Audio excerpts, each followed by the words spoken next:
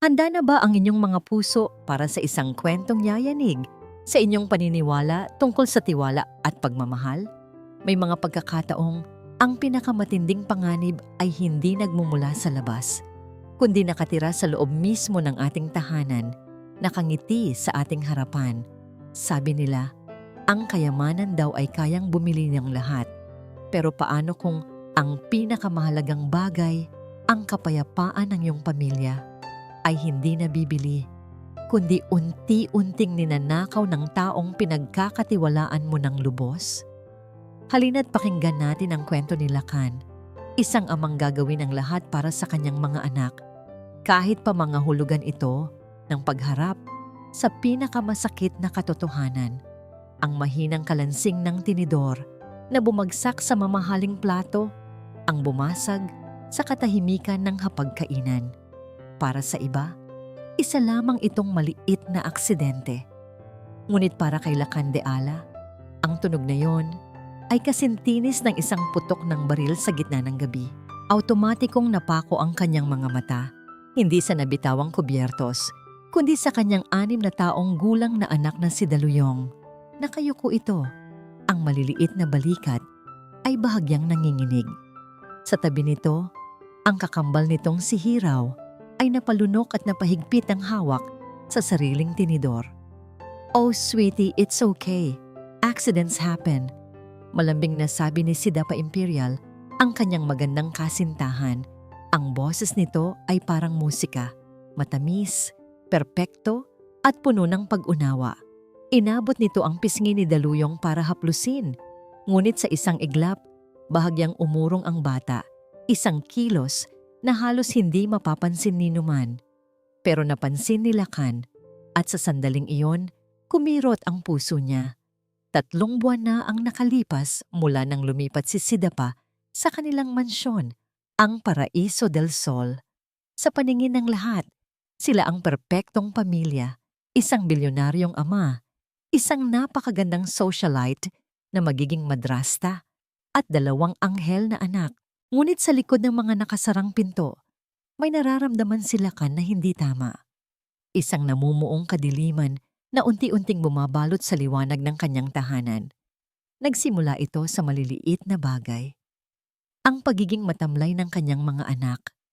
Ang pag-iwas nila sa tingin kapag naririyan si Sidapa. At ngayon, ang takot. Isang dalisay na takot na nakikita niya sa mga mata ni Daluyong. "Let me get you a new one," nakangiting sabi ni Sidapa habang tumatayo para kumuha na buha ng bagong kubyertos. Ang mamahalin nitong sutlang bestida ay humahagod sa sahig. Pinanood siya ni Lacan. Perpekto ang bawat galaw, masyadong perpekto. Nang matapos ang hapunan, si Lacan na mismo ang naghatid sa mga anak sa kanilang silid tulugan. Ito ang paborito niyang bahagi ng araw. Ang tanging sandali kung saan pakiramdam niya ay tunay siyang ama at hindi lamang isang CEO na nag-uuwi ng trabaho sa bahay. Habang inaayos niya ang kumot ni Daluyong, napansin niya ito. Isang mapusyaw na marka sa pulsuhan ng bata. Halos kasing kulay na ng balat nito, ngunit sapat na para makita sa ilalim ng ilaw ng lampshade. Marahan niyang hinawakan ito. "Anak, saan galing to?" Mahinahon niyang tanong, pinipigilan ng panginginig ng kanyang boses. Hindi sumagot si Daluyong. Tumingin lamang ito sa kanya. Ang mga mata ay nagsusumamo, puno ng mga salitang hindi nito kayang bigkasin. Lumingon si Lacan kay Hiraw na nasa kabilang kama at nakita niya ang parehong takot sa mukha nito. "Si Tita Sidapa ba ang may gawa nito?" Tanong niyang muli. Mas direkta na ngayon. Mabilis na umiling si Daluyong. Ngunit isang butil ng luha ang pumatak mula sa mata nito. Isang tahimik na pagtataksil sa kanyang pagtanggi. Iyon na ang kumpirmasyong kailangan ni Lacan. Ang lahat ng maliliit na piraso ng palaisipan, ang kalungkutan, ang pag-iwas, ang takot, ay biglang nagkabuo sa kanyang isipan.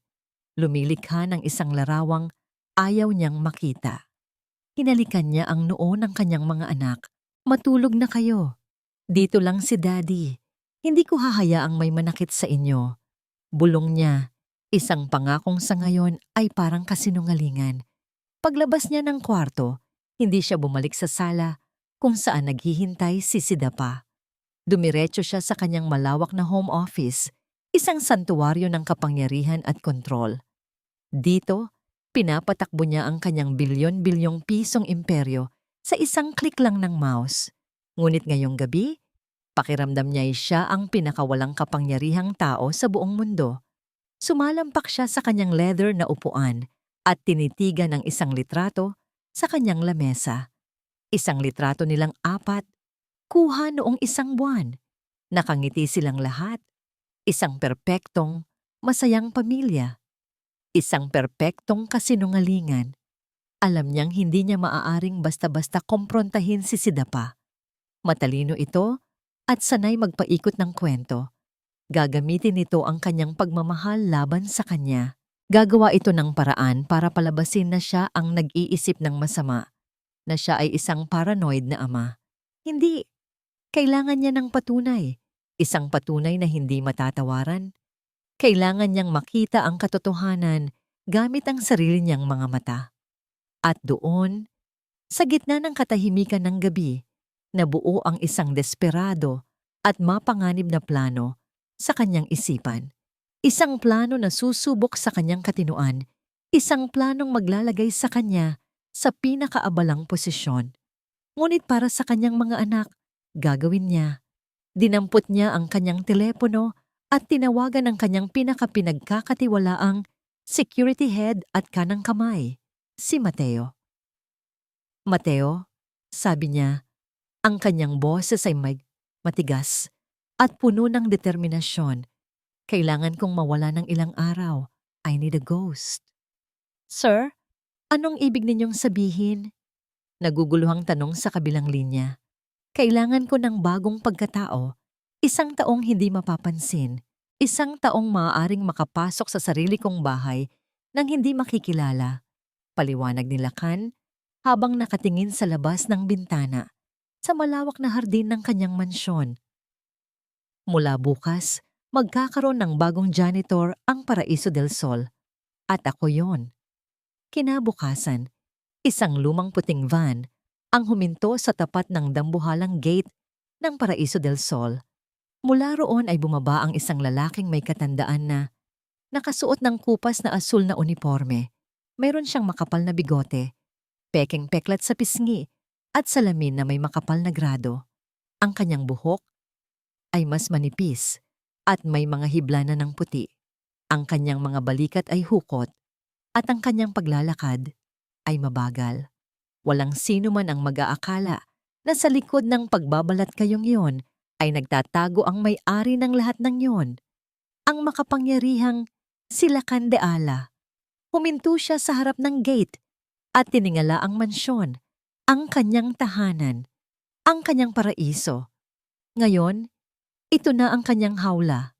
Humugot siya ng malalim na hininga, ramdam ang bigat ng bakal na gate at ang bigat ng misyong kanyang haharapin.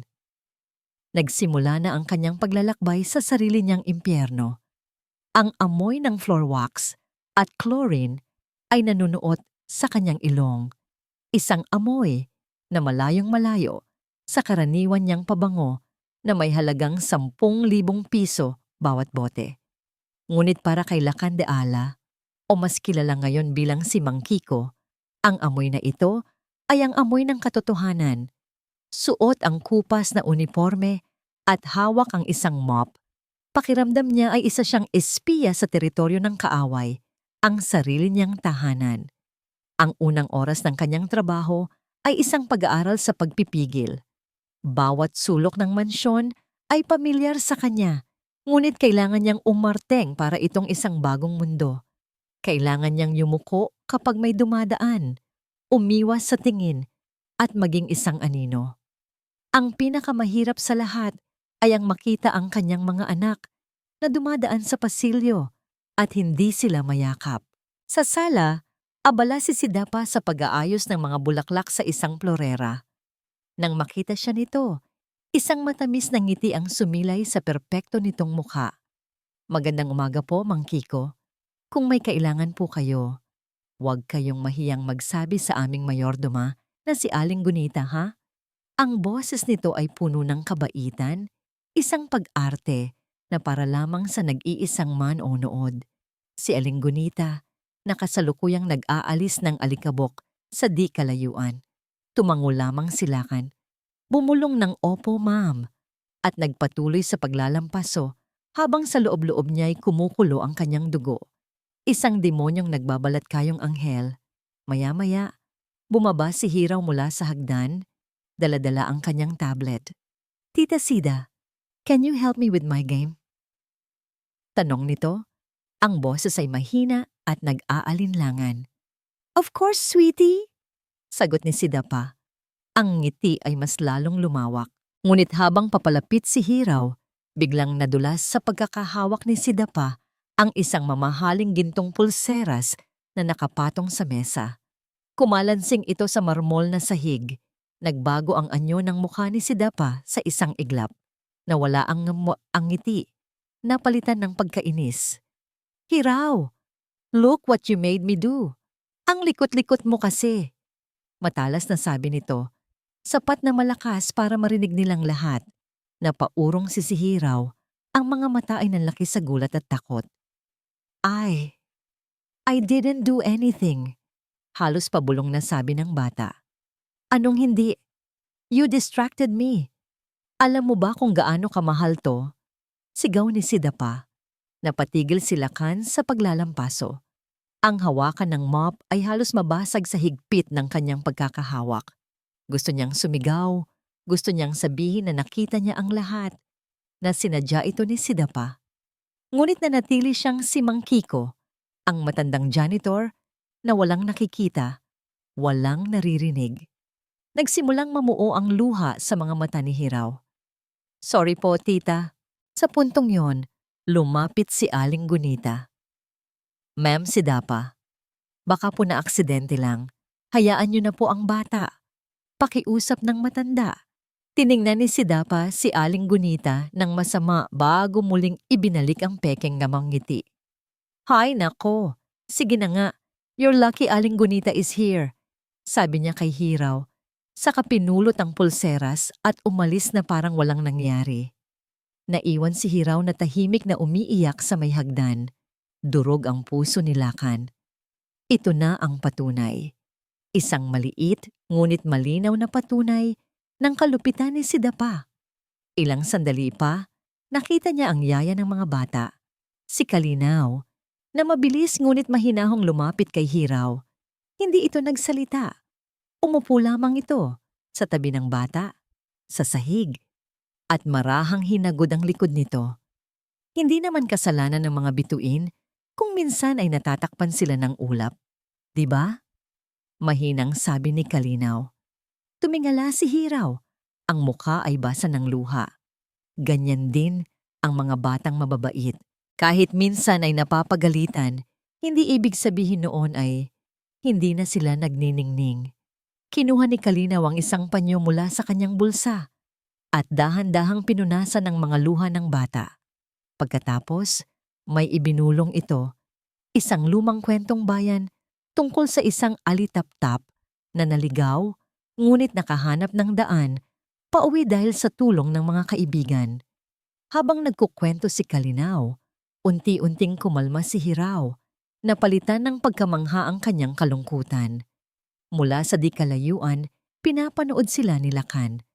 Nakaramdam siya ng kaunting ginhawa na mayroong isang taong tulad ni Kalinaw para sa kanyang mga anak. Ngunit kasabay nito, ang matinding kirot. Dapat ay siya ang gumagawa niyon. Dapat ay siya ang pumupunas sa mga luha ng kanyang anak. Kinahapunan, habang naglilinis siya sa pasilyo malapit sa hardin, narinig niya ang boses ni Sidapa na may kausap sa telepono. Ang tono nito ay iba na. Walang pagkukunwari, puno ng pagkainis. Oo nga, friend. Nakaka-stress. Akala mo madali. I have to pretend I like them. Yung dalawang bata, my goodness. Parang mga palamuti sa bahay na kailangan ko pang alagaan, sabi ni Sidapa, na sinundan ng isang tawang mapakla. Konting tiis na lang. Pagkatapos ng kasal, I'll find a way to ship them off to a boarding school in Switzerland. Malayo, para di na istorbo. Bawat salita ay parang punyal na sumasaksak sa puso ni Lacan. So ito pala ang tunay na plano. Angkinin siya, angkinin ang kanyang yaman at itapon ang kanyang mga anak. Gusto na niyang sumugod. Gusto na niyang isampal dito ang telepono. Ngunit pinigilan niya ang sarili. Kailangan pa niya ng mas matibay na ebidensya. Kailangan niyang malaman ang kabuuan ng masama nitong balak. Nang papalubog na ang araw, nakita niya si Daluyong na tahimik na naglalaro sa playroom. Yakap-yakap nito ang paborito nitong teddy bear, isang luma at medyo gasgas ng laruan na regalo pa niya noong 3 kaarawan nito. Ito ang security blanket ng bata, ang sandalan nito kapag malungkot o natatakot. Biglang pumasok si Sidapa sa silid. Ang muka ay gusot pa rin mula sa pakikipag-usap sa telepono. Nakita niya si Daluyong. Ano ba yan? Hanggang ngayon ba naman yang maruming teddy bear pa rin ang kalaro mo? Itapon mo na yan. Umiling si Daluyong, lalong hinigpitan ng yakap sa laruan. Ayoko po. Bigay po to ni Daddy. Ang pagbanggit sa kanyang pangalan ay tila isang gatilyo. Kinuha ni Sidapa ang teddy bear mula sa kamay ng bata ng buong puwersa. No! Sigaw ni Daluyong. Sabi ng ayoko yan makita eh. Galit na sabi ni Sidapa. At sa harap mismo ni Lacan na nagpupunas ng salamin sa pinto ng playroom, ibinato ni Sidapa ang teddy bear sa kabilang dulo ng silid. Bumagsak ito sa sahig na may kasamang mahinang kalabog. At tumigil ka sa pag-iyak. Malamig na utos nito. Hindi umiyak si Daluyong. Tumayo lamang ito roon. Tulala. Habang ang mga luha ay namumuo sa gilid ng kanyang mga mata, nanginginig ngunit walang tunog na lumalabas sa kanyang bibig.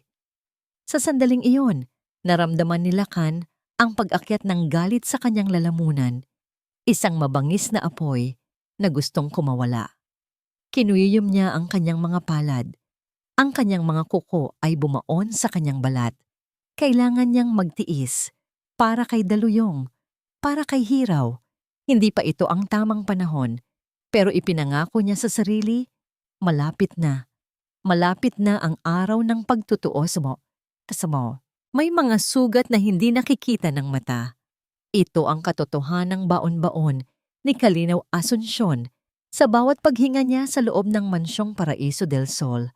Habang pinagmamasdan niya ang natutulog na sina Hiraw at Daluyong, ramdam niya ang bigat sa kanyang dibdib. Isang bigat na pamilyar at masakit. Sa mga nakalipas na linggo, nasaksihan niya ang unti-unting pagkupas ng liwanag sa mga mata ng dalawang bata. Ang dating masayahing si Hiraw ay naging tahimik at laging takot magkamali. Ang malambing na si Daluyong ay madalas na ngayong tulala. Mahigpit ang yakap sa kanyang teddy bear na para bang iyon na lamang ang natitira niyang kakampi sa mundo. Alam ni Kalinaw kung sino ang dahilan. Nararamdaman niya ang lamig sa tuwing papasok si Sidapa sa isang silid. Isang lamig na nanunuot hanggang buto na nagpapatahimik sa masasayang tinig ng mga bata. Nakikita niya ang paraan ng pag-iwas ng kambal, ang bahagyang panginginig ng kanilang mga kamay. Isang gabi, habang nililigpit niya ang mga laruan sa playroom, napansin niya ang isang papel na nahulog sa ilalim ng maliit na mesa. Isa itong drawing ni Hiraw. Pamilyar ang kanyang mga guhit, dalawang maliliit na figura na magkahawak kamay na alam niyang sila ni Daluyong. Ngunit sa tabi nila, may isang malaking figura.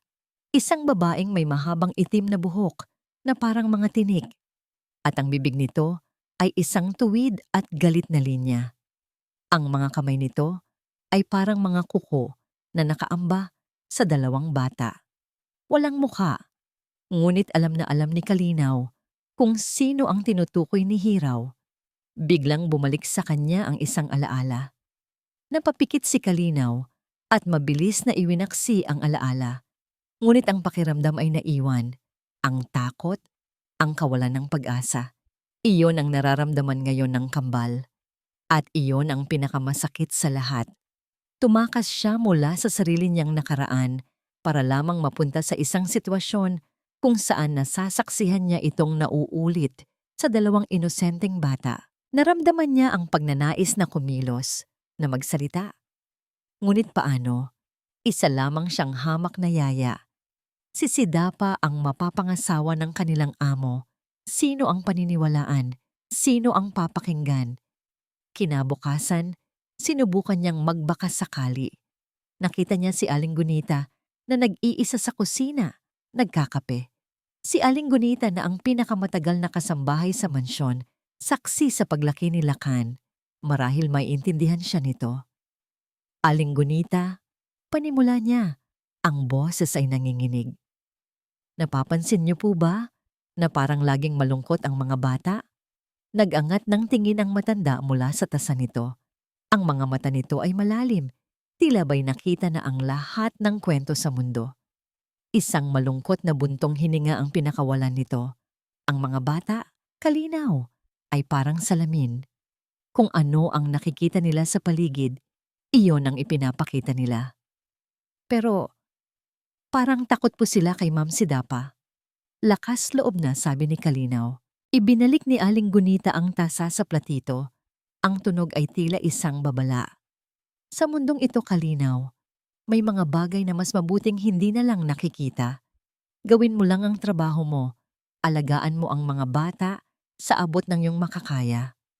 Hanggang doon na lang ang kaya nating gawin. Ang mga salitang iyon ay parang isang pader na humarang sa kanyang pag-asa. Kahit si Aling Gunita ay takot, lahat sila ay mga bihag sa loob ng ginintuang hawlang ito. Pakiramdam ni Kalinaw ay lalo siyang naging inutil. Sa gitna ng kanyang pag-aalala, may isa pang bagay na nakakuha ng kanyang pansin, ang bagong janitor, si Mang Kiko. Sa unang tingin, mukha itong ordinaryong matandang trabahador, ngunit may kakaiba sa kanya. Ang paraan niya ng pagmamasid. Hindi ito ang mga matang pagod ng isang janitor, kundi mga matang mapanuri. Laging nagmamasid, laging nag-iisip. Madalas niya itong nahuhuling nakatingin sa mga bata na may ekspresyong hindi niya mabasa, isang halo ng lungkot at galit. At ngayong gabi, ang kanyang hinala ay lalong tumibay. Pagkatapos niyang patulugin ang kambal, bumalik siya sa playroom para kunin ang naiwan niyang libro. Naalala niya ang ginawa ni Sidapa kaninang hapon, ang walang awang pagbato nito sa teddy bear ni Daluyong. Nakita niya ang laruan, nakasalampak pa rin sa sulok, mukhang malungkot at inabandona. Simbolo ng kalagayan ng mga bata sa bahay na yon. Akmang pupulutin na niya ito nang may marinig siyang mahinang kaluskos. Mabilis siyang nagtago sa likod ng pinto. Mula sa dilim, lumabas ang anino ni Mang Kiko. Akala niya ay lilinisin lamang nito ang silid. Ngunit dumiretso ito sa sulok kung nasaan ang teddy bear. Dahan-dahan itong yumuko. Hindi tulad ng isang matandang hirap na sa paggalaw, kundi may bigat at layunin sa bawat kilos. Pinulot nito ang laruan. At sa halip na ilagay sa basurahan, maingat nitong pinagpagan ang alikabok.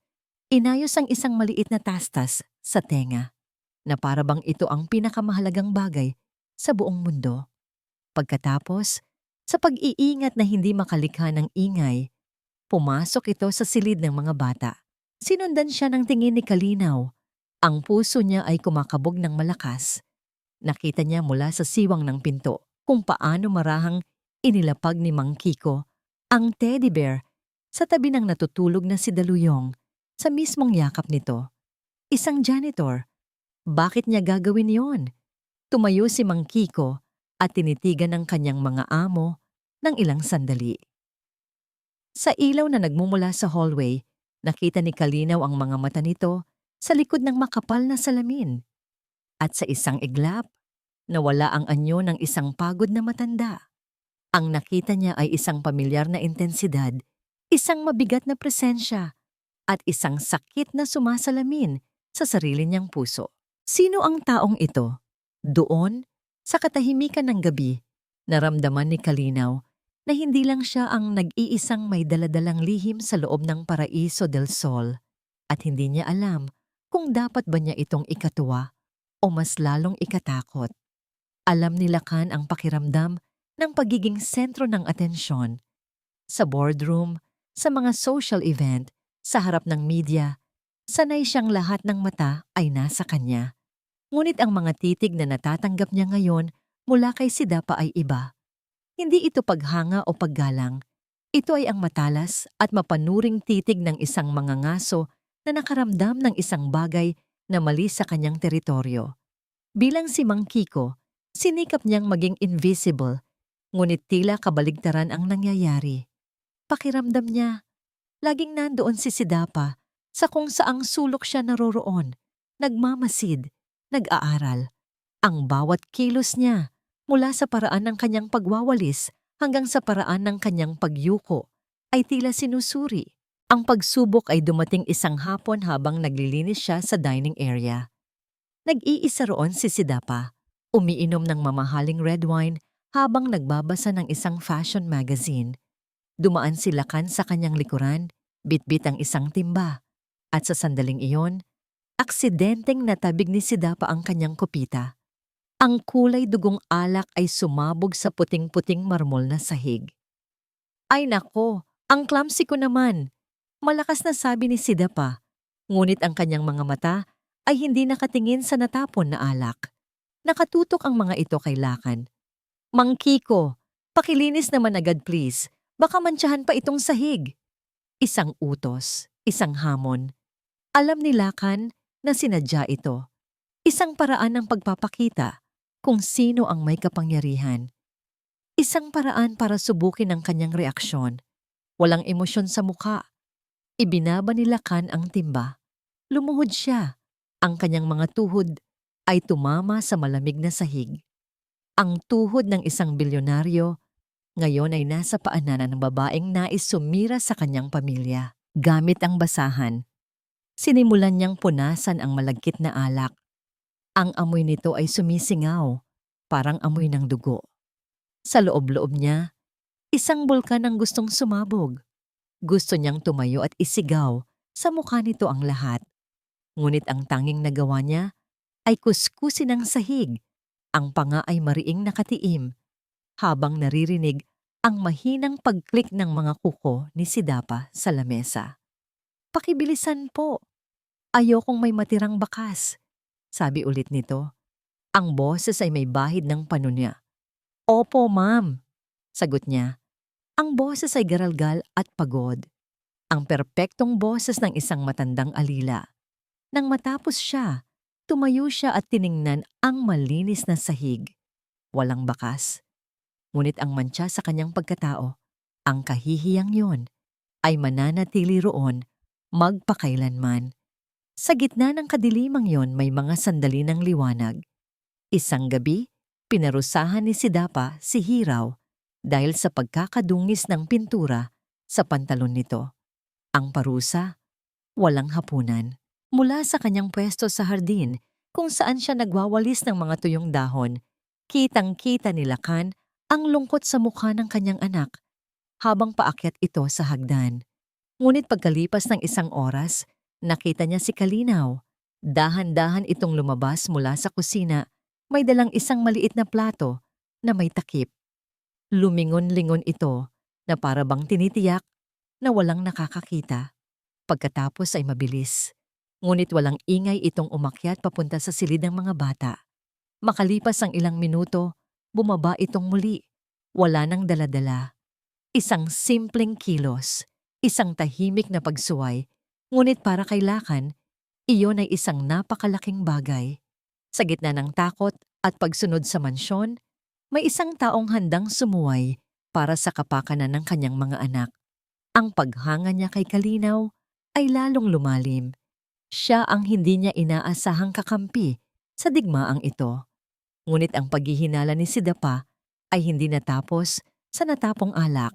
Kinabukasan, habang nag-aayos si Lacan ng mga halaman sa may library, direkta siyang nilapitan nito. Mang Kiko, panimula nito, ang mga braso ay nakahalukip-kip. Saan ka nga po pala galing bago ka magtrabaho dito? Napatigil si Lacan. Ito na ang interogasyon. Kailangan niyang maging maingat. Naalala niya ang kwentong binuo nila ni Mateo. Sa probinsya po, ma'am. Sa Laguna. Ah, talaga? Bakit napadpad ka dito sa Maynila? At sa dinami-dami ng pwedeng applyan, bakit dito sa amin? Tuloy-tuloy nitong tanong. Ang mga tanong ay simple, pero ang paraan ng pagkakabato ay tila ba't isa siyang kriminal. Nabiyudo na po ako, ma'am. Sagot ni Lakan. Yumuko para kunwari may inaayos na damo. Kailangan pong maghanap buhay. Nagkataon lang po na may nakapagsabi na nangangailangan daw po dito ng janitor. Malapit-lapit na rin po sa inuupahan kong kwarto. Bawat salita ay pinag-isipan. Bawat kilos ay kinakalkula para magmukhang natural. Tinitigan siya ni Sidapa ng matagal na para bang sinusubukang basahin ang nasa likod ng kanyang mga mata. Sige, sabi nito sa wakas bago tumalikod. Magtrabaho ka na lang dyan. Hindi na kumbinsi si Sidapa. Alam yon ni Lakan. Ramdam niya ito sa hangin. Ang kanyang oras bilang mangkiko ay malapit nang matapos. Ang kumpirmasyon ay dumating ng gabing iyon. Naglilinis siya sa pasilyo sa labas ng opisina ni Sidapa nang marinig niyang nagring ang telepono nito sa loob.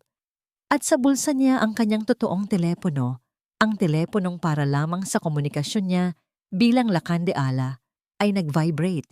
Isang text mula kay Mateo. Si Ma'am Sidapa. Tumatawag sa inyo, sir. Nanlamig si Lakan. Tumatawag ito sa kanya, ang totoong Lakan. Habang siya ay ilang metro lang ang layo, nagbabalat kayo. Mabilis niyang idinikit ang kanyang tenga sa pinto. Narinig niya ang boses ni Sidapa. Malambing at puno ng pag-aalala. Ang boses na ginagamit nito kapag kausap siya. Hello, darling. I miss you. Kamusta ang business trip mo? May sinabi ito tungkol sa araw nito. Mga walang kwentang bagay. Bago nito binanggit ang totoong pakay. Love, sabi nito. Ang boses ay nag-aalala. There's something I need to tell you. Medyo hindi ako mapakali dito sa bago nating janitor. Si Mang Kiko. I don't know. May kakaiba sa kanya. He gives me the creeps. Huminto ito sandali. At pagkatapos ay binitiwan nito ang mga salitang parang isang hatol na kamatayan sa kanyang plano. I think, for my peace of mind and for the kids' safety, dapat siguro ay paalisin na natin siya. What do you think, darling? Sa kabilang panig ng pinto, napasandal si Lakan sa pader. Ang kanyang mundo ay biglang gumuho. Paano na? Paano niya malalaman ang buong katotohanan kung palalayasin na siya mula sa sarili niyang bahay?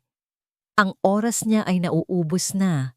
Ang mga salita ni Sidapa, dapat siguro ay paalisin na natin siya, ay umalingaw-ngaw sa isipan ni Lakan na parang isang hatol. Oras na lang ang binibilang at mawawalan na siya ng mga mata at tainga sa loob ng sarili niyang pamamahay.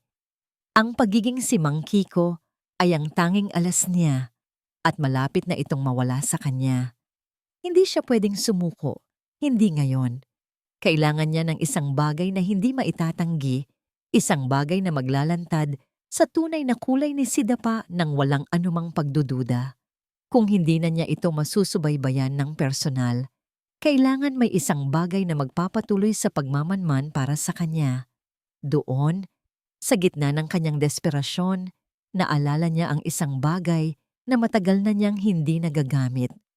Isang maliit na gadget mula sa kanyang dating buhay sa corporate intelligence bago pa man niya itinayo ang kanyang recycling empire. Isang listening device na kasinliit lamang ng isang butil ng bigas ngunit kayang sagapin ang pinakamahinang bulong mula sa kabilang silid. Isang mapanganib na hakbang, ngunit wala na siyang pagpipilian. Kinagabihan, nang ang buong mansyon ay nababalot na sa katahimikan at ang tanging maririnig na lamang ay ang mahinang ugong ng aircon. Sinimulan ni Lakan ang kanyang misyon. Ang target, ang pribadong opisina ni Sidapa. Doon ito madalas gumawa ng mga personal na tawag.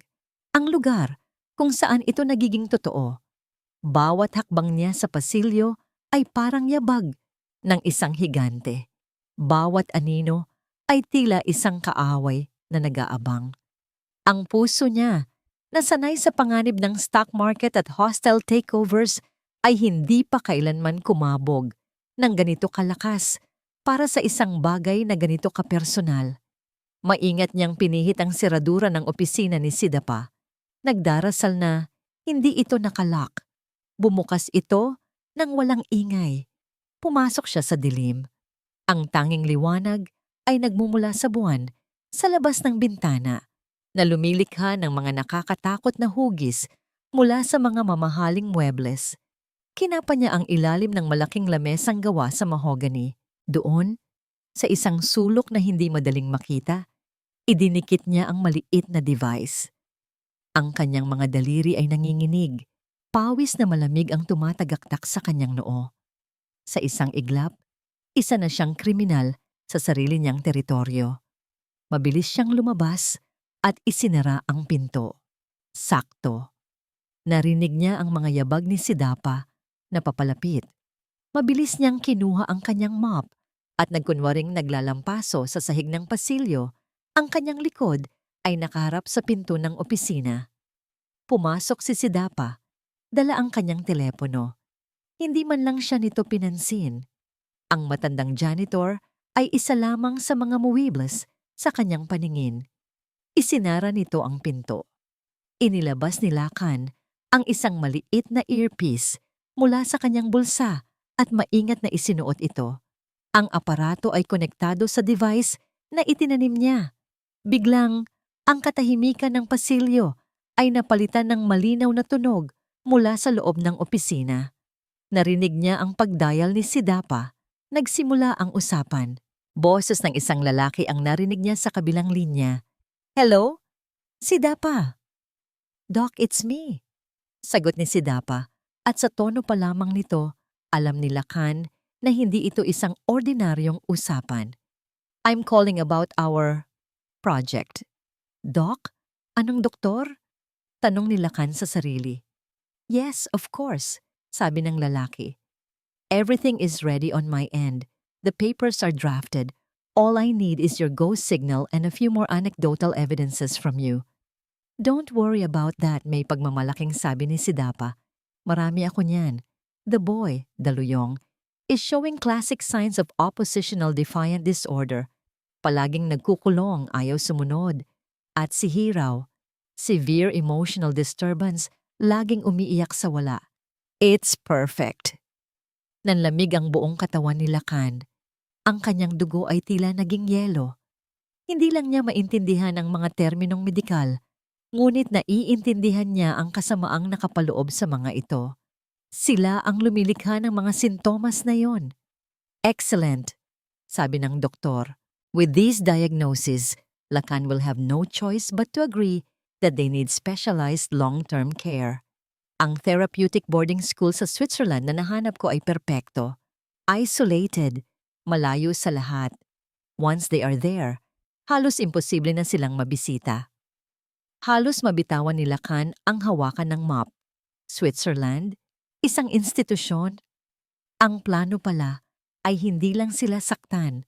Ang plano ay itapon sila. Burayhin sila mula sa buhay niya. "And you're sure this is legally sound?" Tanong ni Sidapa. Ayokong magkaproblema sa mana. At doon lumabas ang tunay na ahas. Mana, pera. Ito pala ang ugat ng lahat. As long as they are diagnosed as emotionally unstable, their claims to the inheritance can be contested, managed by a trustee, which after you get married will be you, my dear. May halong panunuyang tawa ng doktor. It's a clean, brilliant plan. Hindi na makahinga si Lakan. Ang hangin ay tila naubos sa kanyang baga. Ang galit na naramdaman niya sa mga nagdaang araw ay walang-wala kumpara sa nag-aalab na puot na sumusunog ngayon sa kanyang kaluluwa. Ito ay mas masahol pa sa simpleng pagmamaltrato. Ito ay isang kalkulado at malagim na sabuatan para sirain ang kinabukasan ng kanyang mga anak para sa pera. Ang kanyang mga daliri ay humigpit sa hawakan ng mop hanggang sa marinig niya ang mahinang pag-crack ng kahoy. Napasandal siya sa pader para suportahan ang sarili. Ang kanyang mga binti ay biglang nanghina. Pagkatapos, narinig niya ang mga huling salita ni Sidapa, mga salitang tatatak sa kanyang isipan na parang markang bakal. "Okay, good. So we're set," sabi nito. Ang boses ay malamig at desidido. Sa susunod na linggo, kapag nasa Peking business trip na si Lakan, doon na natin isasagawa ang lahat. Sa pagbalik niya, wala na siyang mga anak na aabutan. Matatapos na rin ang lahat ng ito. 1 linggo. Iyon na lang ang natitira sa kanya. 7 araw para sagipin ang kanyang mga anak mula sa isang kapalaran na mas masahol pa sa kamatayan. Ang bawat segundo ay parang isang butil ng buhangin na mabilis na nauubos sa isang orasan. 1 linggo, 7 araw. Iyon na lamang ang panahong natitira kay Lakan bago maisakatuparan ni Sidapa ang karumaldumal nitong plano. Ang kaalamang yon ay isang lason na kumakalat sa kanyang sistema, pinapalitan ang kanyang pagkabigla ng isang malamig at desperadong determinasyon. Hindi na siya maaaring mag-isa. Ang pagiging mangkiko ay nagbigay sa kanya ng katotohanan, ngunit nilimitahan din nito ang kanyang kakayahang kumilos. Kailangan niya ng isang kakampi sa loob, isang taong malapit sa kanyang mga anak, isang taong makakakilos kapag siya ay wala. At isa lang ang taong iyon, si Kalinaw. Ang pagtitiwala sa kanya ay isang malaking sugal. Halos wala siyang alam tungkol dito maliban sa kabaitang ipinapakita nito sa kambal.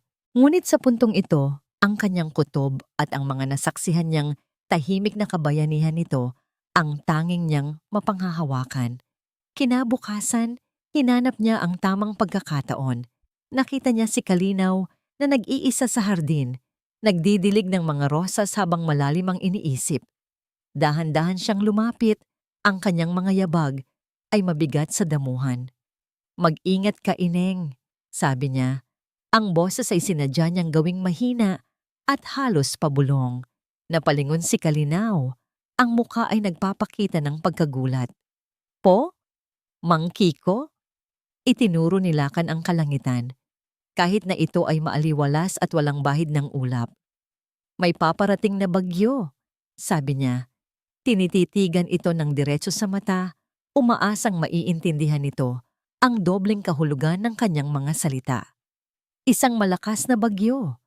At kapag dumating ang bagyo, ang matitibay na pader at matatayog na puno ang unang sinusubok. Nangunot ang noo ni Kalinaw, halatang naguguluhan, ngunit nakikinig ng mabuti. Gawin mo ang lahat para protektahan ang mga munting halaman. Pagpapatuloy ni Lakan, ang kanyang tingin ay panandaliang napunta sa bintana ng silid ng mga bata. At protektahan mo rin ang iyong sarili. Dahil sa darating na bagyo, maraming putik ang lilipad. Pagkasabi noon, tumalikod na siya at nagpatuloy sa pagwawalis. Iniwan si Kalinaw na tulala at puno ng mga katanungan. Nagawa na niya ang kanyang parte. Naitanim na niya ang babala. Ngayon, nasa Diyos na at nasa tapang ni Kalinaw ang lahat. Ang mga salita ni Mang Kiko ay tumatak sa isip ni Kalinaw na parang isang palaisipan. Bagyo? Munting halaman? Putik? Hindi niya maintindihan ang lahat, ngunit isa lang ang malinaw. Iyon ay isang babala. At ang takot na unti-unting namumuo sa kanyang dibdib ay nagsasabing kailangan niya itong seryosohin. Ang buong araw ay naging balisa siya. Ang bawat tingin ni Sidapa ay parang mas matalas. Ang bawat ngiti nito ay parang mas peke. Pakiramdam niya ay naglalakad siya sa isang manipis na alambre. Ang bitag ay inilatag kinahapunan. "Nawawala ang kwintas ko." Isang histerikal na sigaw mula kay Sidapa ang yumanig sa buong mansyon. "Yung diamond necklace ko na regalo ni Lakan, hindi ko mahanap." Mabilis na nagtipon ang mga kasambahay. Si Aling Gunita ay sinubukang pakalmahin si Sidapa, ngunit tila lalo lang itong nagalit. Siguradong may kumuha noon. Imposibleng mawala yon ng kusa. Sigaw nito. At ang mga mata nito ay agad na napako kay Kalinaw. Ikaw! Ikaw ang huling pumasok sa kwarto ko kanina para kunin ang labahan ng mga bata. Nanlamig si Kalinaw. Po? Pero hindi po ako lumapit sa may drawer ninyo, ma'am. Sinungaling. Akusa ni Sidapa. Aling Gunita, ipahalughog ang kwarto ng lahat ng katulong, lalo na ang kwarto niya. Walang nagawa si Aling Gunita, kundi sumunod. Isa-isang hinalughog ang kanilang mga gamit. Para kay Kalinaw, ang bawat damit na inilalabas mula sa kanyang aparador ay isang kahihiyan. Ang bawat sulok ng kanyang maliit na kwarto ay tila hinuhusgahan. Alam niyang wala silang makikita. Ngunit nagkamali siya. Mula sa ilalim ng kanyang unan, inilabas ng isa sa mga security guard ang isang kumikinang na kwintas na diamante. Ang kwintas na suot-suot ni Sidapa kagabi sa hapunan. Natigilan ang lahat. Napako ang tingin ni Kalinaw sa alahas. Ang kanyang isip ay hindi makapaniwala. Paanong nangyari ito? Ayan. Tila isang ahas na tumuklaw ang boses ni Sidapa. Sinasabi ko na nga ba, may ahas pala akong pinapatulog sa pamamahay ko. Magnanakaw. Hindi po. Hindi po sa akin yan. Hindi ko po alam kung paano yan napunta dyan. Umiiyak na pakiusap ni Kalinaw, ngunit wala nang nakikinig. Ang mga dati niyang kasamahan ay nakatingin sa kanya nang may pagdududa at pagkadismaya ang putik. Ito na pala ang putik na sinasabi ni Mang Kiko. Isang bitag at nahulog siya rito nang walang kalaban-laban. Wala nang dapat pag-usapan pa. Deklarasyon ni Sidapa. Ang muka ay puno ng pekeng galit at tagumpay. Guard, kunin niyo yan. Tawagin ang pulis. At itapon niyo ang babaeng yan palabas ng pamamahay ko. Ngayon din, 2 malalaking security guard ang humawak sa magkabilang braso ni Kalinaw. Ang pagkakahawak nila ay mahigpit at masakit. Sa gitna ng kaguluhan, naririnig niya ang sigaw ng mga bata mula sa itaas. Yaya Kali! Yaya! Bumaba ang kambal, tumatakbo, ang kanilang mga mukha ay puno ng takot at luha. Yaya, where are you going? Umiiyak na tanong ni Hiraw. Don't take our Yaya! Sigaw ni Daluyong. At niyakap nito ng mahigpit ang mga binti ni Kalinaw na para bang ang maliit nitong katawan ay kayang pigilan ang mga dambuhalang humihila sa kanya. Napaluhod si Kalinaw sa abot ng kanyang makakaya at niyakap ang 2 bata. Okay lang ako, mga mahal ko. Magpapakabait kayo, ha? Bulong niya habang ang sarili niyang luha ay walang tigil sa pag-agos. Mula sa isang bintana sa itaas, pinapanood nila kanang lahat. Ang kanyang puso ay dinudurog sa 1,000 piraso. Ang kanyang plano na bigyan ng babala si Kalinaw ay hindi sapat. Minaliit niya ang kasamaan ni Sidapa. Ngayon, ang nag-iisang kakampi ng kanyang mga anak ay sa pilitang pinapalayas at ang kanyang mga anak iniiwan sa kamay ng isang halimaw. Ang pag-iyak ni Hiraw at Daluyong ay parang mga punyal na tumatarak sa puso ni Lakan. Mula sa bintana sa 2 palapag, pinanood niya ang eksenang unti-unting pumapatay sa kanyang kaluluwa. Si Kalinaw na walang magawa habang kinakaladkad ng mga gwardiya at ang kanyang 2 anak na humahagulgol, desperadong nakakapit sa kanilang nag-iisang tagapagtanggol. Ang nangiti ng tagumpay sa mukha ni Sidapa ay ang huling bagay na kanyang nakita bago siya tumalikod. Tapos na. Tapos na ang pagtitimpi. Tapos na ang pagbabalat kayo. Kung ang plano ni Sidapa ay sa susunod na linggo pa, ngayon ay napilitan itong kumilos ng mas maaga. At kung ito na ang kanyang laro, kailangan na rin niyang ilabas ang kanyang huling baraha. Mabilis ngunit tahimik siyang gumalaw. Hinubad niya ang kupas na uniforme ni Mang Kiko na ngayon ay parang balat ng ahas na kanyang iniiwan. Sa ilalim nito, suot niya ang isang simpleng itim na t-shirt. Bawat kilos niya ay may bigat.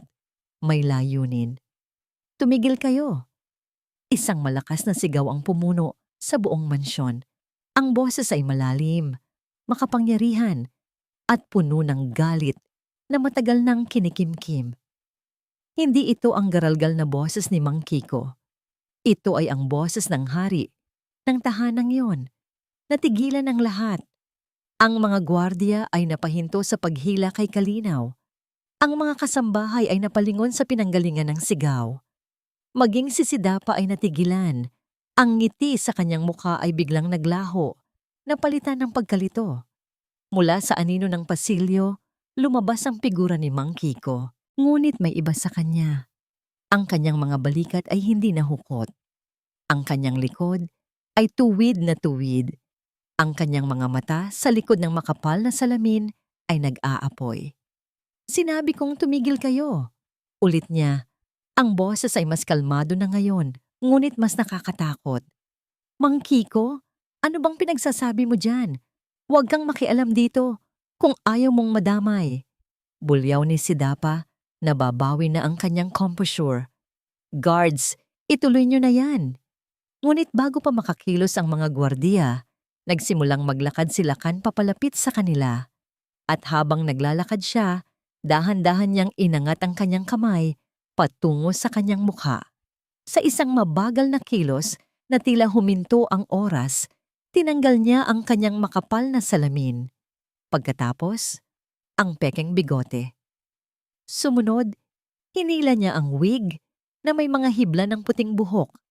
Inilalantad ang kanyang totoong, makapal at itim na buhok. Isang kolektibong paghinga ng pagkagulat ang narinig mula sa mga kasambahay. Si Aling Gunita ay napahawak sa kanyang bibig. Ang mga mata ay nanlalaki sa hindi paniniwala. Si Kalinaw, na nakaluhod pa rin sa sahig, ay napatingala.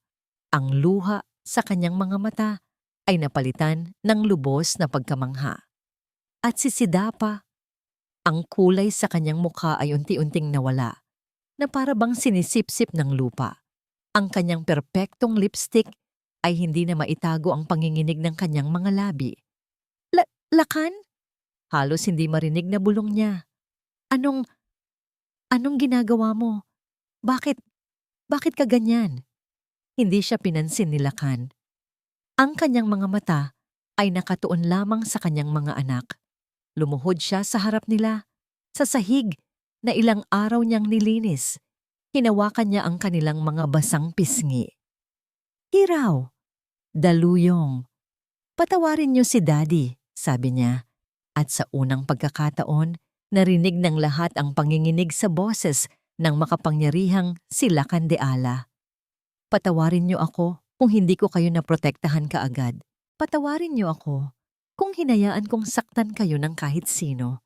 Hindi na mauulit. Pangako. Niyakap niya ang kanyang mga anak ng napakahigpit na para bang gusto niyang ipunin ang lahat ng sakit at takot na naramdaman nila at ilipat sa kanyang sarili. Umiyak ang kambal, hindi na dahil sa takot, kundi dahil sa wakas. Dumating na ang kanilang tagapagligtas.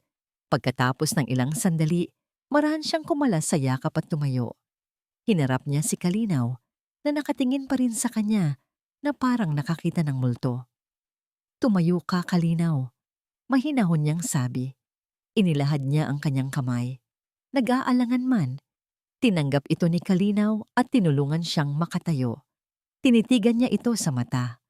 Ang mga mata na nakita niyang puno ng awa at pagmamahal para sa kanyang mga anak. Alam kong wala kang kasalanan, sabi niya. Sapat na malakas para marinig ng lahat. At naniniwala ako sa iyo. Isang simpleng pangungusap. Ngunit para kay Kalinaw, iyon ang pinakamahalagang salitang naririnig niya sa buong buhay niya. Sa wakas, ibinaling ni Lakan ang kanyang buong atensyon sa isang nanginginig na Sidapa. Ang init sa kanyang mga mata ay nawala. Napalitan ng isang nakakapanlamig na galit. Bawat hakbang niya papalapit dito ay parang isang hatol. Bakit Lakan? Anong ibig sabihin ng lahat ng ito? Isang laro ba ito? Nauutal na tanong ni Sidapa. Sinusubukang ibalik ang kontrol sa sitwasyon. Huminto si Lacan sa mismong harapan niya. Laro? Tanong niya pabalik. Ang boses ay isang mapanganib na bulong. Oo, si Dapa. Tapos na ang laro mo. Itinaas niya ang kanyang telepono. Gusto mo bang maglaro ng bago? Ang pangalan ng larong ito ay Pakinggan natin ang isang usapan sa dilim. Sigurado akong magugustuhan mo. Pinindot niya ang play. At mula sa speaker ng telepono, umalingaw-ngaw sa buong mansyon ang boses ni Sidapa. Malinaw at hindi maikakaila. Habang kausap nito ang doktor, habang binabalangkas nito ang bawat detalye ng masama nitong plano. Ang boses ni Sidapa, mula sa recording, ay umalingaw-ngaw sa bawat sulok ng marangyang sala, isang multo ng kanyang sariling kasamaan na bumalik upang siya'y singilin. Don't worry about that. The boy, Daluyong, is showing classic signs of oppositional defiant disorder. At si Hiraw, severe emotional disturbance. It's perfect.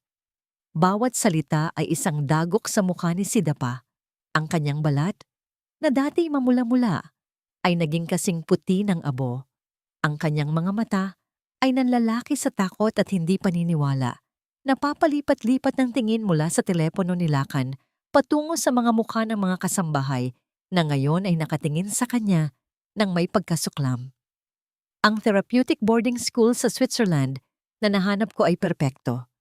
Isolated, malayo sa lahat. Nagsimulang umiling si Sidapa, dahan-dahan sa una, pagkatapos ay naging mabilis at desperado. Hindi totoo yan. Gawa-gawa lang yan. Inedit yan. Lacan darling, maniwala ka sa akin. Sigaw niya, ang kanyang boses ay basag at puno ng pagkabaliw. Ngunit walang sino man ang naniniwala. Ang ebidensya ay malinaw. Ang kasamaan ay lantad na. Ayokong magkaproblema sa mana. Iyon ang huling pako sa kanyang kabaong. Ang pag-amin sa tunay niyang motibo. Hindi pagmamahal, kundi kasakiman. Nang matapos ang recording, isang nakabibinging katahimikan ang bumalot sa buong silid. Tanging ang mahinang paghikbi na lamang ng kambal ang maririnig. Paano? Halos pabulong na tanong ni Sidapa. Paano mo nalaman? Ang pagmamahal ng isang ama ay may mga matang hindi mo nakikita at mga taingang hindi mo naririnig. Malamig na sagot ni Lacan. Minaliit mo ang kakayahan kong protektahan ang aking mga anak, Sidapa. At iyon ang pinakamalaki mong pagkakamali. Biglang nagbago ang anyo ni Sidapa. Nawala ang pag-aalinlangan at pagmamakaawa. Napalitan ito ng purong puot. Kasalanan niyo. Sigaw niya, itinuturo ang dalawang bata na nakakapit sa binti ng kanilang ama. Kung hindi dahil sa kanila, sana masaya na tayo. Sana sa akin na ang lahat ng ito, mga panggulo, mga peste. Sa isang biglaang kilos na puno ng desperasyon, sinugod niya si Lacan. Ang kanyang mga kuko ay nakaamba na parang mga patalim, handang manakit. Ngunit bago pa siya makalapit, mabilis na humarang ang dalawang security guard na kanina lang ay humahawak kay Kalinaw. Madali nilang napigilan ang nagwawalang si Sidapa. Bitiwan niyo ako. Mga walang kwenta. Hindi niyo alam kung sino ako. Patuloy niyang sigaw, nagpupumiglas na parang isang nahuling hayop. At sa sandaling iyon, bumukas ang malaking pinto ng mansyon. Pumasok ang dalawang unipormadong pulis. Ang kanilang mga mukha ay seryoso at ang kanilang mga kilos ay desidido. Sa likuran nila ay si Mateo, ang kanang kamay ni Lacan na may hawak na folder ng mga dokumento. Tumango si Mateo kay Lacan, isang tango na nagsasabing, "Tapos na ang lahat, sir." "Si Dapa Imperial," sabi ng isa sa mga pulis sa malinaw at matatag na boses. "Inaaresto ka namin sa salang child abuse at conspiracy to commit fraud. May karapatan kang manahimik." Hindi na narinig ni Sidapa ang mga sumunod na salita. Ang kanyang mundo ay gumuho na. Habang pinupusasan ng kanyang mga kamay sa kanyang likuran, ang mga kamay na dati puno ng mamahaling alahas, tumingin siya sa paligid. Ang mansyon, na pinangarap niyang maging kanya, ang yaman na halos abot kamay na niya, ang buhay na kanyang inasam-asam, lahat ay naglaho na parang bula. Ang kanyang mga mata ay huling napadako kay Kalinaw. Ang babaeng minaliit niya, ang babaeng tinapakan niya. Nakatayo ito roon, hindi man nagtagumpay, ngunit payapa. Sa tabi nito ay si Lakan at ang mga anak nito, isang buong pamilya. Isang pamilyang sinubukan niyang wasakin. Hindi pa tayo tapos. Sigaw niya habang kinakaladkad siya palabas ng mga pulis. Ang kanyang boses ay puno ng kamandag at pagbabanta. Isang huling pagtatangkang maghasik ng lason. Magbabayad kayong lahat. Lalo ka na. Itinuro niya si Lakan. Tandaan mo yan. Pagkatapos ay nawala na siya sa pinto. Kasama ang kanyang mga pangarap na naging abo. Ang katahimikan na naiwan ay mabigat. Binasag ito ng mahinang boses ni Aling Gunita. Salamat sa Diyos, bulong nito habang nagpupunas ng luha. Unti-unting lumapit ang mga kasambahay kay Kalinaw. Ang kanilang mga mukha ay puno ng hiya at paghingi ng tawad. Isa-isa silang nagsorry sa pagdududa sa kanya. Isang ngiti lamang ang isinagot ni Kalinaw. Isang ngiti ng pagpapatawad at pag-unawa. Niyakap ni Lakan ang kanyang mga anak. Tapos na, mga anak, bulong niya. Ligtas na kayo. Naramdaman niya ang pag-relax ng maliliit nilang mga katawan sa kanyang yakap. Sa unang pagkakataon sa loob ng mahabang panahon, naramdaman nilang ligtas sila sa sarili nilang tahanan. Ngunit habang nakatingin siya sa ibabaw ng ulo ng kanyang mga anak, ang kanyang mga mata ay napadako kay Kalinaw. Nakita niya ang pagod, ang sakit, ngunit higit sa lahat, ang dignidad sa mukha nito. At naramdaman ni Lakan ang isang matinding hiya. Nailigtas niya ang kanyang mga anak? Oo. Pero sa proseso, isang inosenteng tao ang muntik na niyang mapahamak. Ang laban kay Sidapa ay tapos na. Ngunit alam ni Lakan, ang laban para muling buuin ang tiwala at paghilumi ng mga sugat sa loob ng kanyang pamilya ay ngayon pa lamang nagsisimula. Ang pag-alis ni Sidapa at ng mga pulis ay nag-iwan ng isang kakaibang katahimikan sa loob ng Paraiso del Sol. Ang bigat ng takot at tensyon na bumalot sa mansyon sa mga nakalipas na linggo ay biglang naglaho. Ngunit ang naiwang espasyo ay hindi napuno ng kagalakan. Sa halip, napuno ito ng isang nakakailang nahiya. Para kay Kalinaw, ang bawat sulok ng bahay ay tila bago at dayuhan. Dati, gumagalaw siya rito na parang isang anino, isang yaya na ang tanging layunin ay alagaan ng mga bata. Ngayon, pakiramdam niya'y lahat ng mata ay nasa kanya. Ang mga kasambahay ay yumuyuko sa kanya ng may paggalang at pagsisisi.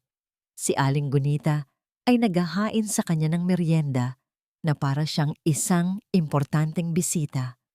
Ngunit ang pinakanakakailang sa lahat ay ang presensya ni Lakan de Ala, hindi na bilang si Mang Kiko, kundi bilang ang totoong siya. Ang amo na minsan niyang pinagsilbihan, ang lalaking nagbalat kayo at nasaksihan ng lahat, ang amang nagligtas sa kanyang mga anak. Kinahapunan, habang dinadama niya ang sariwang hangin sa hardin, lumapit ito sa kanya. Wala na ang kapangyarihan at galit sa mga mata nito. Ang nakita niya ay isang lalaking pagod at puno ng pasanin. Kalinaw, panimula nito. Ang boses ay bahagyang nag-aalangan. Hindi ko alam kung paano sisimulan. Pero gusto kong humingi ng tawad. Tumingin si Kalinaw sa kanya, naguguluhan. Po? Sir Lakan, para saan po? Para sa lahat, sabi nito. Isang buntong hininga ang pinakawalan. Patawad kung nadamay ka sa gulo ng pamilya ko. Patawad kung nailagay ka sa panganib.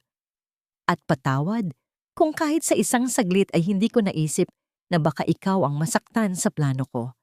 Ang tanging nasa isip ko lang ay ang mga anak ko. Ang sinseridad sa kanyang boses ay hindi maikakaila. Tumango lamang si Kalinaw. Naiintindihan ko po, sir. Gagawin din po ng sino mang magulang ang ginawa ninyo. Huwag mo na akong tawaging sir, pakiusap nito. Lakan na lang. May katahimikang namagitan sa kanila bago ito muling nagsalita. Gusto kong manatili ka rito, Kalinaw. Napatingin si Kalinaw. Pero tapos na po ang panganib. Ligtas na po ang mga bata. Alam ko, sabi ni Lakan, pero hindi na bilang yaya nila. Gusto kong manatili ka bilang kaibigan ng pamilyang ito. Bilang isang taong tumulong sa amin na muling mabuo. Natigilan si Kalinaw, isang kaibigan. Ang isang hamak na tulad niya ay magiging kaibigan ng isang bilyonaryo? Ang alok ay napakabuti para maging totoo. Napuno ang kanyang puso ng pagpapasalamat, ngunit kasabay nito ang takot. Nang sumunod na araw, nakita niya ang isang bagong lakan. Isang lakan na sinubukang magluto ng almusal para sa kanyang mga anak. Ang resulta, isang bahagyang sunog na sinangag at itlog na hindi perpekto ang pagkaluto. Ngunit sa gitna ng usok at bahagyang kalat sa mamahaling kusina, narinig ni Kalinaw ang isang bagay na matagal nang nawala sa mansyon. Ang malakas na halakhak ni Nahiraw at Daluyong habang pinagtatawanan ang kanilang nagkakamaling ama. Mula sa pintuan ng kusina, tahimik silang pinanood ni Kalinaw. Isang ngiti ang sumilay sa kanyang mga labi. Ito na yon. Ito na ang simula ng kanilang paghilom. Kinagabihan, gaya ng dati, binasahan niya ng kwento ang kambal sa kanilang silid. Ang kwento ay tungkol sa isang pamilya ng mga oso na naligaw sa gubat ngunit muling nagkita-kita. Sa kalagitnaan ng kanyang pagbabasa, naramdaman niya ang pagbigat ng ulo ni Hiraw sa kanyang isang balikat at ang pagyakap ni Daluyong sa kanyang baywang. Pagtingin niya, pareho na silang mahimbing na natutulog. Ang kanilang mga mukha ay payapa at walang bahid ng anumang takot. Pagod mula sa lahat ng nangyari, hindi na malaya ni Kalinaw na dinalaw na rin siya ng antok. Ipinatong niya ang kanyang ulo sa malambot na headboard ng kama at sa piling ng dalawang anghel ay nakatulog siya. Nagising si Lakan sa katahimikan. Nagtaka siya kung bakit wala pa si Kalinaw sa baba. Dahan-dahan siyang umakyat sa silid ng mga bata. At ang nakita niya roon ang nagpatigil sa kanyang paghinga. Sa ilalim ng malabong ilaw ng lampshade, nakita niya ang tatlo. Si Kalinaw na nakaupo at nakasandal sa headboard. At ang kanyang dalawang anak na payapang natutulog sa magkabilang tabi nito. Para silang isang perpektong larawan ng kapayapaan at pagtitiwala. Isang pamilya. Kumuha siya ng isang makapal na kumot at maingat na ikinumot sa kanilang tatlo. Tinitigan niya sila ng matagal. Sa sandaling iyon, ang Paraiso del Sol ay hindi na lamang isang pangalan ng isang mansyon. Ito na ang eksenang nasa harapan niya. Ngunit para kay Kalinaw, ang eksenang yun din ang nagbigay sa kanya ng kasagutan.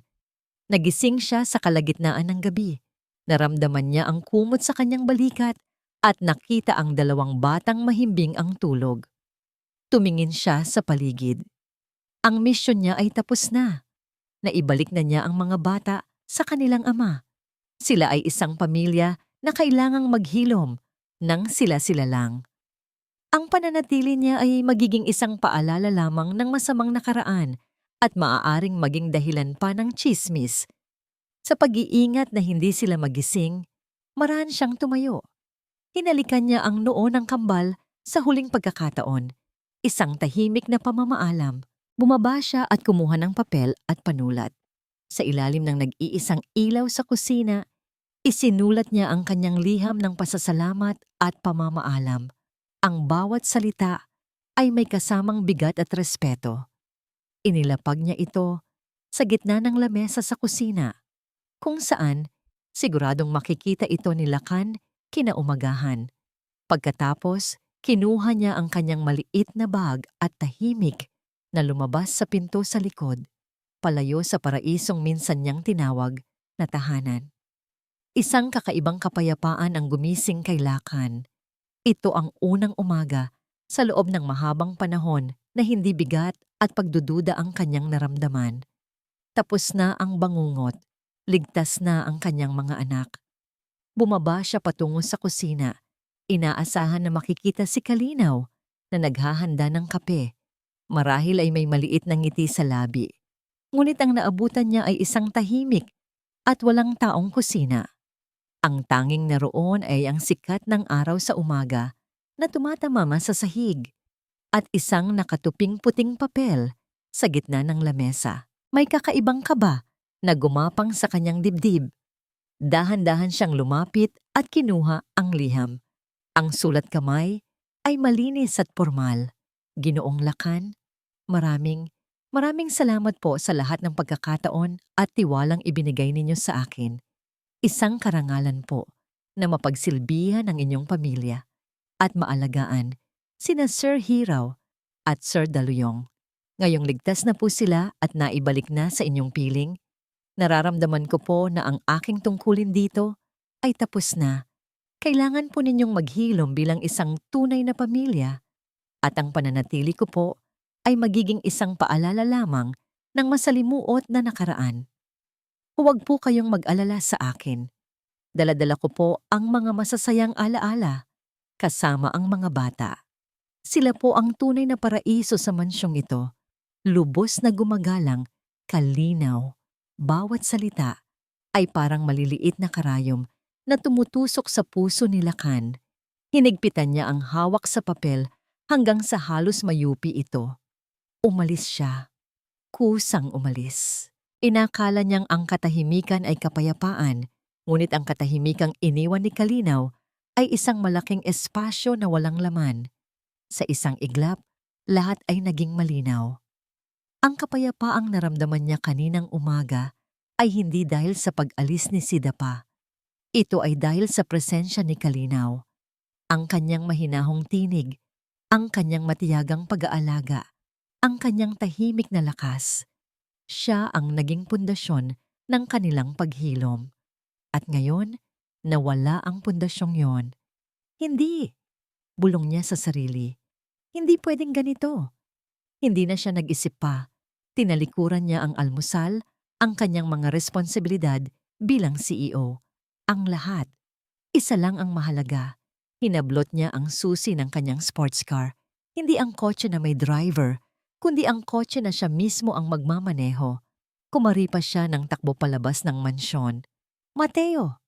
Sigaw niya sa kanyang telepono habang pinapaandar ang makina. Alamin mo lahat ng bus na papuntang probinsya ng Bayanihan. Anong terminal ang mga yon? Bilisan mo!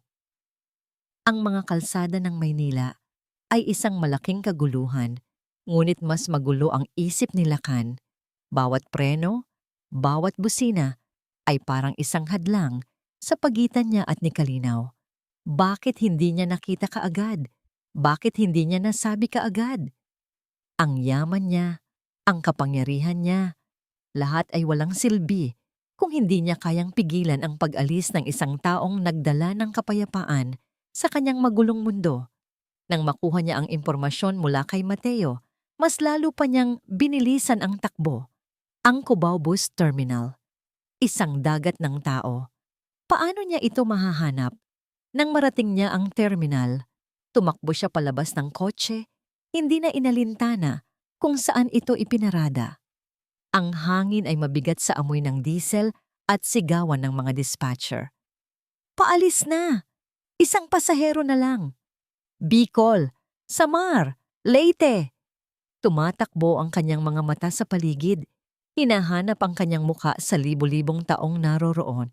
Ang kanyang puso ay kumakabog na parang isang tambol na gustong kumawala sa kanyang dibdib.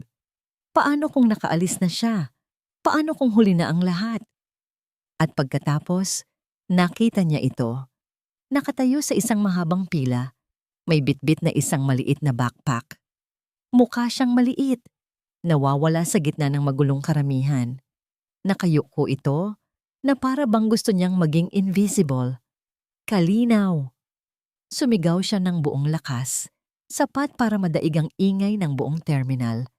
Napalingon si Kalinaw. Ang kanyang mga mata ay nanlaki sa pagkabigla. Nakita niya si Lakan, ang kanyang amo, ang bilyonaryo, na tumatakbo papalapit sa kanya. Ang damit ay gusot, ang buhok ay magulo, ang paghinga ay habol. Sir Lakan, gulat na tanong niya nang makalapit ito. Anong, anong ginagawa ninyo dito? Bakit ka umalis? Tanong ni Lakan. Habol ang hininga, hindi alintana, ang mga taong nakatingin sa kanila. Nakasulat na po sa liham ko. Nabasa ko. Putol niya sa sasabihin nito. Nabasa ko. Pero mali ka. Lumapit pa siya. Mali ka, Kalinaw. Hindi lang ang mga anak ko ang tinulungan mong maghilom. Ako rin. Ikaw. Ikaw ang nagdala ng kapayapaan sa bahay na yon. Sa buhay ko. Nagsimulang mamuo ang luha sa mga mata ni Kalinaw. Huwag mong isipin na pinapabalik kita para alagaan ulit sila. Pagpapatuloy ni Lakan, ang kanyang boses ay mas desperado, mas sincero. Hindi kita pinapabalik para sa kanila o hindi lang para sa kanila. Tinitigan niya ito ng diretso sa mga mata. Inilalantad ang lahat ng emosyon na matagal niyang itinago. Pinapabalik kita dahil kailangan kita. Natigilan si Kalinaw. Ang mga salita ay tumagos sa kanyang puso. Ang mga busina ng boss at sigawan ng mga tao sa paligid nila ay unti-unting naglaho.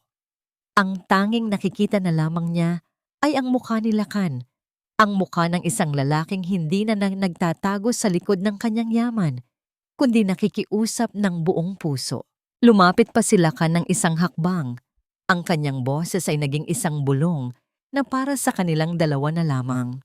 Bigyan mo ako. Bigyan mo ang mga bata. Bigyan mo tayo ng pagkakataon. Please, Kalinaw, bumalik ka na. Tumulo ang mga luha mula sa mga mata ni Kalinaw. Dumadaloy sa kanyang mga pisngi. Ang kanyang mga labi ay bahagyang bumuka, ngunit walang salitang lumabas. Tumingin lamang siya kay Lakan. Ang kanyang puso ay naglalakbay sa pagitan ng takot at isang pag-asang hindi niya akalaing mararamdaman niya muli. Lumipas ang ilang buwan. Ang dating malamig at malungkot na Paraiso del Sol ay napuno na ng mga tunog na matagal nang nawala. Ang tunog ng tawanan, ng habulan sa hardin, at ng mga masasayang sigaw. Ang bagyo ay tuluyan ng lumipas at ang naiwan ay isang panibagong umaga. Sa isang malawak na damuhan sa isang parke, nakalatag ang isang picnic blanket. Si Lakan, ang bilyonaryong sanay sa mga suit at board meetings, ay kasalukuyang tumatakbo. Hawak ang tali ng isang saranggola na ayaw magpalipad. Sina Hiraw at Daluyong ay tawa ng tawa sa bawat pagkadapa ng kanilang ama. Mula sa kanyang kinauupuan sa blanket, pinanood sila ni Kalinaw. Isang ngiti ang hindi maalis sa kanyang mga labi. Ito na ang naging normal nilang linggo.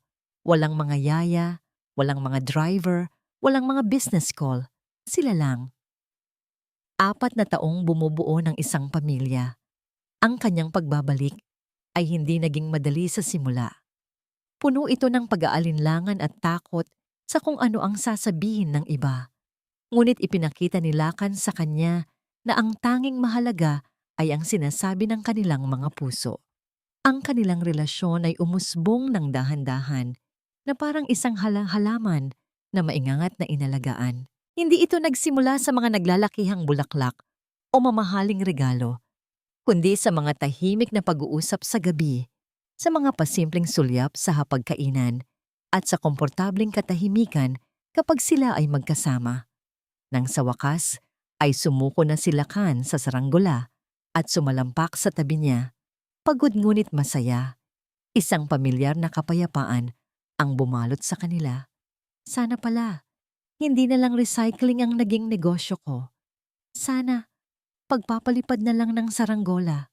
Biro nito habang pinupunasan ng pawis. Kung ganun po, baka wala na tayong makain ngayon. Natatawang sagot ni Kalinaw.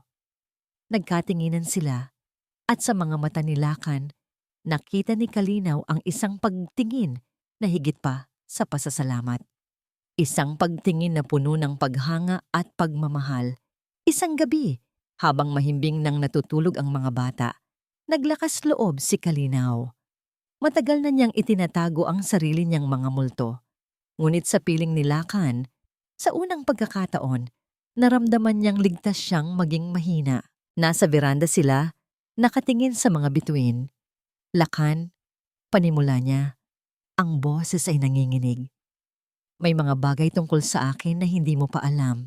Hindi ito umimik. Hinayaan lang siya nitong magsalita. Nagbibigay ng espasyo at respeto. At doon, sa ilalim ng tahimik na kalangitan, ikinuwento niya ang lahat. Ang kanyang mahirap na pagkabata sa probinsya. Ang tiyuhin na dapat sana'y mag-aalaga sa kanya, ngunit siya palang nanakit. Ang dahilan kung bakit siya tumakas papuntang Maynila na walang dala, kundi ang sarili. Ang dahilan kung bakit napakasensitibo niya sa anumang uri ng karahasan. Habang nagsasalita siya, ang mga luha ay nagsimulang dumaloy sa kanyang mga pisngi. Ngunit hindi ito mga luha ng pighati, kundi mga luha ng paglaya. Nang matapos siya, hindi siya niyakap ni Lakan o binigyan ng mga salitang puno ng awa. Sa halip, marami nitong kinuha ang kanyang kamay. Salamat sa pagtitiwala mo sa akin, sabi nito sa isang seryosong boses. Ang mga pinagdaanan mo, hindi nito binawasan ang pagkatao mo, Kalinaw. Bagkus, lalo lang nitong ipinakita kung gaano ka katatag. Tinitigan siya nito ng diretso sa mata. Hindi ka biktima, isa kang survivor, at iyon ang isa sa mga dahilan kung bakit hinahangaan kita. Ang mga salitang iyon ay mas mabisa pa kaysa sa anumang yakap. Sa sandaling iyon, naramdaman ni Kalinaw na ang lahat ng kanyang mga basag na piraso ay muling nabuo. Ang pagtanggap ni Lakan ay hindi lamang sa salita.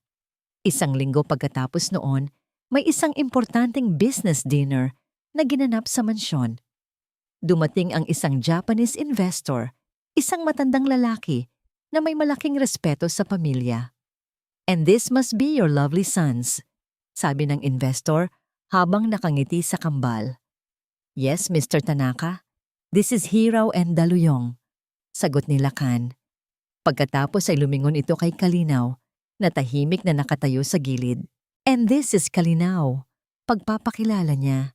At sa harap ng kanyang importanteng bisita, inilagay ni Lakan ang kanyang kamay sa likod ni Kalinaw. She is a very important part of our family. Isang mahalagang bahagi ng aming pamilya. Hindi ang yaya, hindi ang kaibigan. Isang bahagi ng pamilya. Sa sandaling iyon, naramdaman ni Kalinaw na tuluyan na siyang kabilang. Kinagabihan, matapos umalis ang bisita, lumapit si Lakan sa kanya. May dala itong isang maliit at eleganteng kahon. Ang puso ni Kalinaw ay biglang kumabog ng mabilis. Hindi kaya? Para sa'yo, sabi nito. Ang mga mata ay nagniningning. Nanginginig ang mga kamay ni Kalinaw habang binubuksan ang kahon. Ngunit sa loob, wala roong kumikinang na singsing. Ang laman nito ay isang kakaibang susi. Isang susi na may nakaukit na logo ng araw. At isang usbong na halaman. Kasama nito ay isang card. Binuksan niya ang card.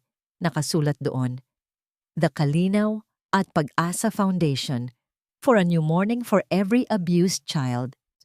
Napatingin siya kay Lakan. Ang mga mata ay puno ng luha ng pagkalito at pagkamangha. Nang marinig ko ang kwento mo, paliwanag ni Lakan, ang boses ay puno ng emosyon. Naisip ko na walang sino man ang dapat pang dumaan sa pinagdaanan mo.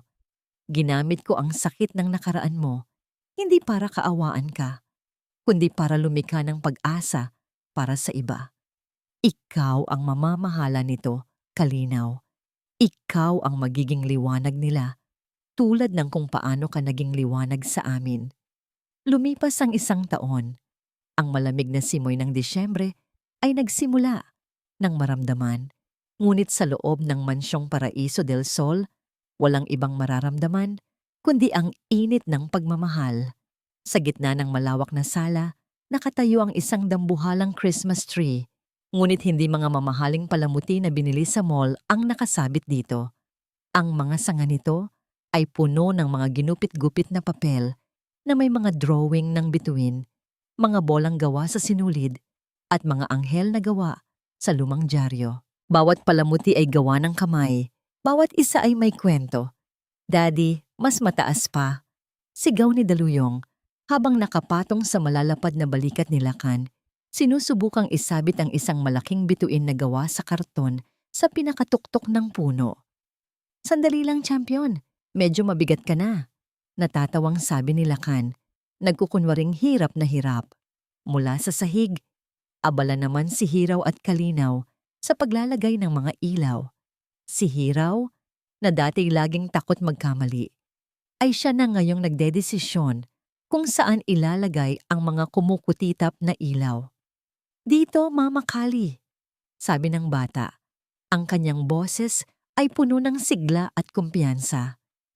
Para mas maganda tingnan, Mama Kali. Sa unang beses na narinig iyon ni Kalinaw mula sa kambal ilang buwan na ang nakalipas, hindi niya napigilan ang pag-iyak. Hindi niya ito itinuro, hindi niya ito hiningi.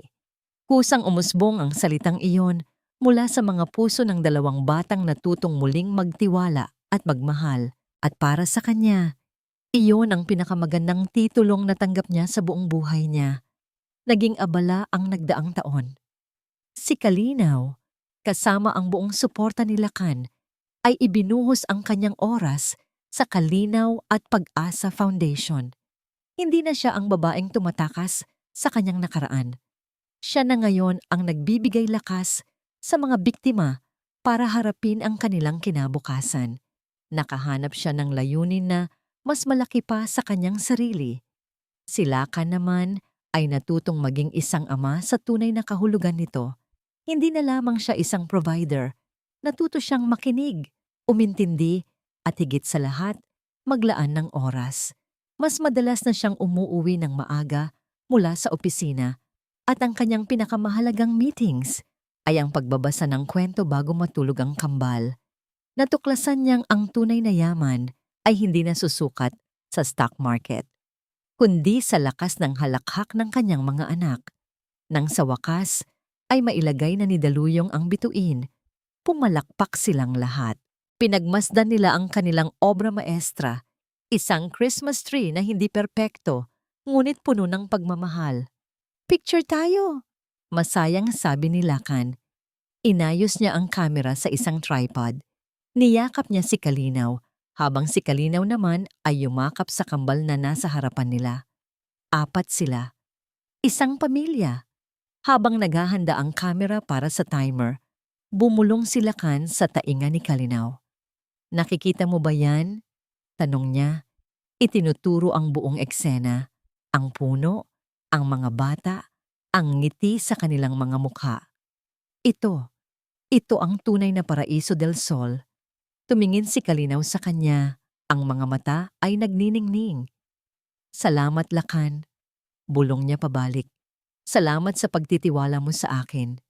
Hindi, sagot ni Lakan. Ang kanyang mga mata ay puno ng sinseridad. Ako ang dapat magpasalamat. Salamat sa pagtuturo mo sa akin kung ano ang hitsura ng isang tunay na paraiso.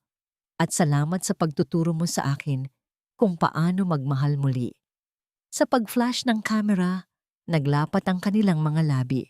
Isang halik na hindi na nagtatanong, hindi na nag-aalinlangan. Isang halik na puno ng pangako, kapayapaan, at isang pag-ibig na sinubok ng apoy at naging mas matatag. Hindi na nila kailangan pang magsalita. Sa yakap ng isa't isa, sa piling ng kanilang mga anak, sa ilalim ng mga ilaw ng kanilang hindi perpektong Christmas tree, natagpuan na nila ang lahat. Ang kanilang tahanan ay hindi na lamang isang mansyon na gawa sa bato, kundi isang tahanan na binuo ng tiwala, pinatatag ng katotohanan, at pinuno ng isang pag-ibig na mas makinang pa sa lahat ng bituin sa kalangitan. At dito po nagtatapos ang ating kwento. Isang kwento na nagpapatunay na ang tunay na pagmamahal ay hindi bulag. Sa halip, Ito ay may matang kayang makita ang katotohanan sa gitna ng mga kasinungalingan at may pusong handang magtiwala kahit minsan nang nasugatan. Ang aral na iniiwan sa atin ng kwento ni Nalakan at Kalinaw ay simpleng ngunit makapangyarihan. Ang pinakamahalagang kayamanan sa mundo ay hindi ang perang iniipon natin, kundi ang pamilyang ating minamahal at pinoprotektahan. Ipinapaalala rin nito na ang kabutihan, gaano man kaliit, ay parang isang kandila sa dilim. Kayang-kaya nitong pawiin ang pinakamatinding kadiliman ng kasamaan at pagdududa.